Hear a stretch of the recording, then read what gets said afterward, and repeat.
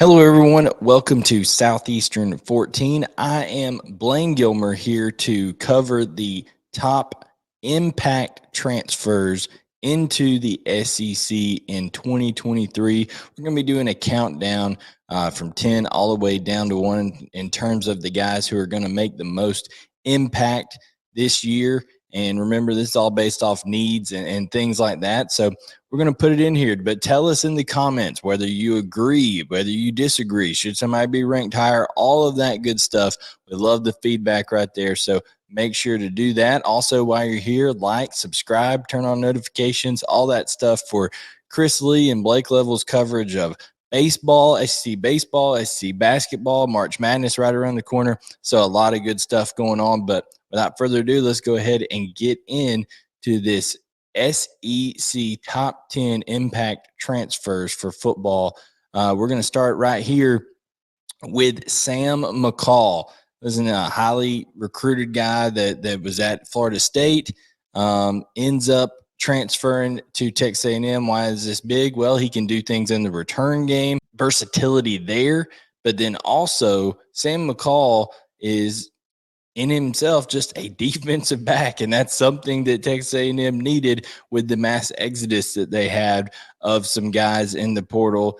Smoke Bowie leaving, Denver Harris. You'll see Denver Harris later on in this countdown. They'd lost a lot of guys out of the back end of that defense, so adding a guy like Sam McCall never hurts in terms of the depth, and he'll be a big impact for Texas A&M this year. Now we're going to go with Aaron Anderson and Denver Harris from Alabama and Texas A&M respectively to LSU.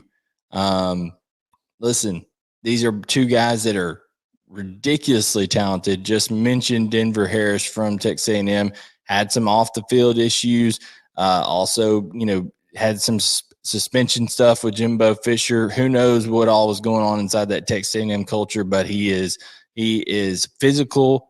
He is athletic, and he is big over there at defensive back. So that is an immediate possible impact for LSU. And then you talk about a receiver position.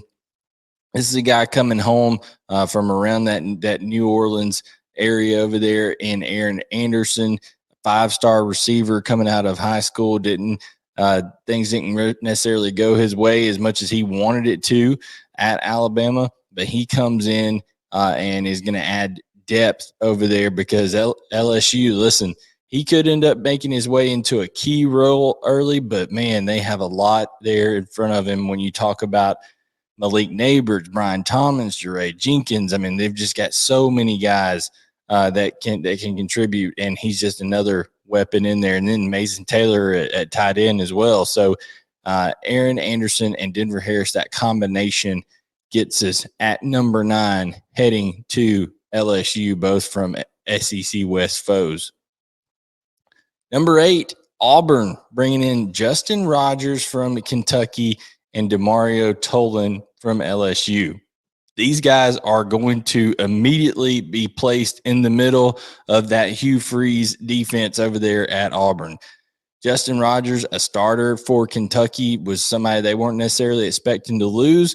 But, hey, it's the day of NIL, the transfer portal, all that kind of stuff, right? So Justin Rogers, big defensive lineman on the interior there. He'll be anchoring that front for Auburn. And Demario Tolan is a guy that everybody in the SEC wanted coming out of high school. He ended up committing to LSU. Now he's going to go and play on the Plains. Hugh Freeze gets him a guy that can go sideline to sideline, do a lot of different things. I mean, this is a guy that Georgia, Alabama, LSU, everybody was recruiting out of high school. So a big pickup for Hugh Freeze and that Auburn defense with both of these young men coming in. Yet another package deal there at number 8 that we're putting in. Number 7, Dante Thornton, Oregon to Tennessee. You can see the young man right there. Pretty cool.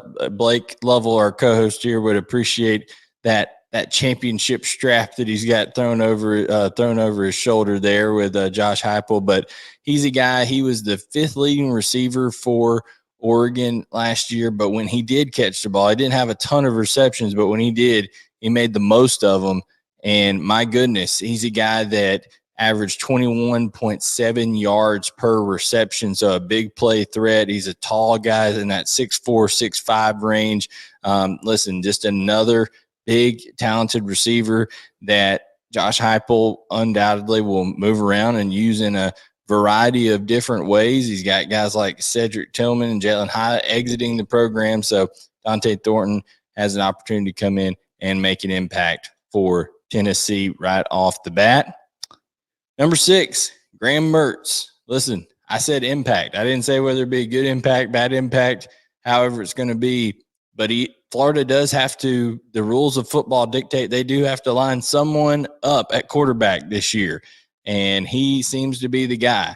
So he's going to have an impact on this season. He's going to have an impact on the SEC East in some form or fashion.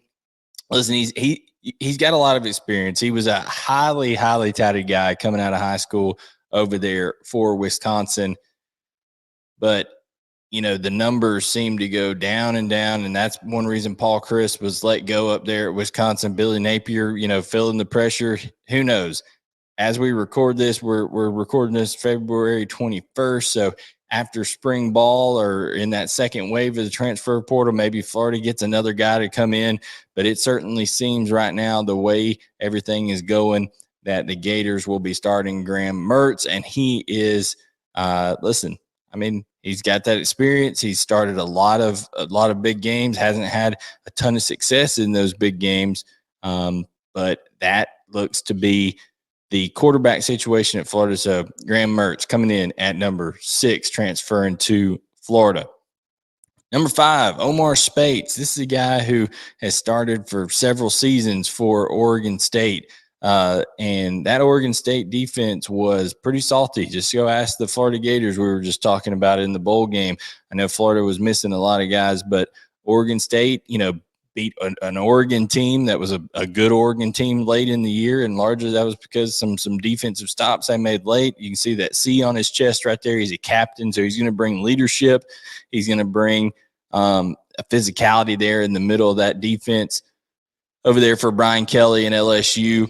You add that to the Denver Harris addition that they got earlier in the countdown. Also, just Mason Smith being able to come back from injury. That's almost like getting a transfer in himself, because he's one of the best defensive tackles in the country, and he gets to come back from that ACL injury that he suffered against Florida State in the first game last year. So another big pickup for Brian Kelly and the LSU Fighting Tigers. Number 4, Spencer Saunders from Oklahoma State to Ole Miss. This is a guy,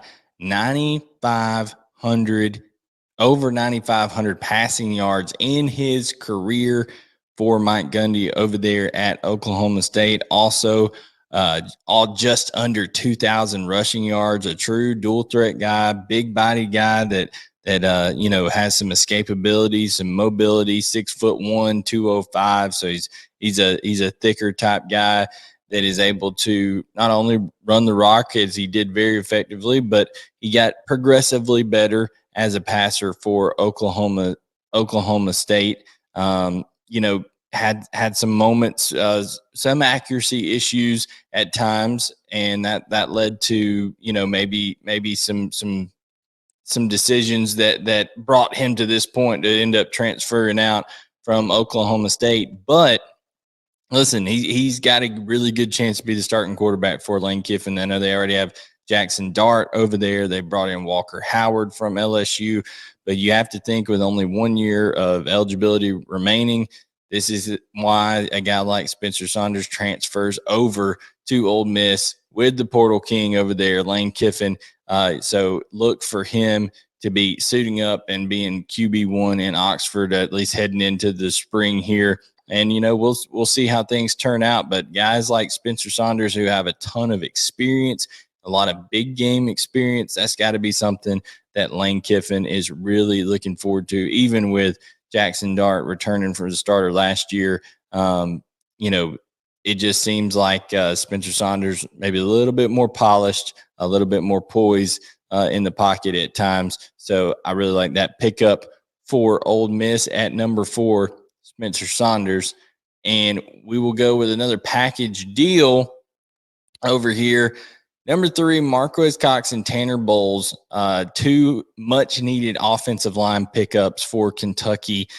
Cox got to probably slide in at left tackle. Tanner Bowles could play either guard spot over there, but he's played a lot of games, played in 12 games last year alone for Alabama. So Kentucky, they needed some better play at the offensive line. They couldn't get things going in the run game. They couldn't protect Will Levis very well. They're going to need to do so for Devin Leary. I think that's huge, getting 2 guys who, have played high quality football throughout their career and have some experience coming in. So nice pickup and a big need addressed by Mark Stoops, and now Liam Cohen coming in. A lot to like for Kentucky. Number 2, Dominic Lovett. I could throw Ra Thomas in here as a kind of a combo deal with him, but there's a lot of uncertainty with the Ra Thomas legal situation, so that's why he's not a standalone on this countdown or even part of the package deal, because we don't know what's going to go on there. But we do know that Dominic Lovett is set to have a monstrous year for Georgia. He had over 50 receptions, no drops for Missouri last year. Very sure-handed guy, very, very quick guy that can play in the slot, make people lose people on those intermediate routes, and then can cause damage after the catch, right? I mean, he's a guy that Georgia, maybe the most dynamic inside receiver Georgia will have had since Isaiah McKenzie, McCall Hardman. So this is a huge pickup for Georgia. Dominic Lovett is going to give a lot of versatility to Mike Bobo's offense. He's a guy that you could put in the slot. You could line up outside. You could motion him into the backfield, do some different things like that. So really, really like this pickup. Big blow for Eli Drinkwitz and company with Lovett transferring out to Georgia. But huge pickup for the back-to-back defending national champions. And at number 1, we got Devin Leary going from NC State to Kentucky. Just a absolute pure passer of the football, a guy that it comes out of his hand with zip. Yes, he had a injury in 2022. All accounts are that he's looking great. He's recovering well, already working closely with Liam Cohen, getting that offense under his belt over there at Kentucky. But with Ramon Davis, who was an honorable mention, a guy could have made this list. Another honorable mention, Smoke Bowie, that I mentioned earlier for Georgia. He could have made this list. But Devin Leary is a tremendous talent, a guy that, before the injury, he was getting, top quarterback drafted conversation around him. Of course, we saw what Liam Cohen did with Will Levis there 2 years ago. I think Devin Leary's a more natural passer of the football than Will Levis is. Maybe not quite as a physical specimen as Levis, but I think what he's going to be able to do intellectually, what he's going to be able to do leadership-wise, and what he's going to bring from a pure pocket passer standpoint. You have to really, really like what's going on at Kentucky right now with all the talent they're bringing in, Liam Cohen coming back. So that is the number 1 impact transfer as we head into spring ball here. Guys, if you like the content, if you like what's going on, hit that subscribe button, turn on notifications. We go live at times with some reactions to SEC basketball, SEC baseball, and, of course, we're going to have SEC football coming your way all throughout as we head through spring ball and into the summer with official visits, all that kind of stuff coming up, recruiting. We'll touch on some of that as well. So, guys, I am Blayne Gilmer. This is Southeastern 14. Make sure to check out the sponsors that have been scrolling across the bottom the entire time. Scroll back and you can see Bro Throw, where you don't have to bet against the juice all the time. You can bet against your friends, a straight head-to-head matchup, which is fun to do, totally legal in all states to do. And then, of course, Ara.com, who protects you in so many different ways on the computer with all the business that is done on the internet these days. So check both those sponsors out, guys, and we appreciate you tuning in to Southeastern 14 for this SEC football coverage.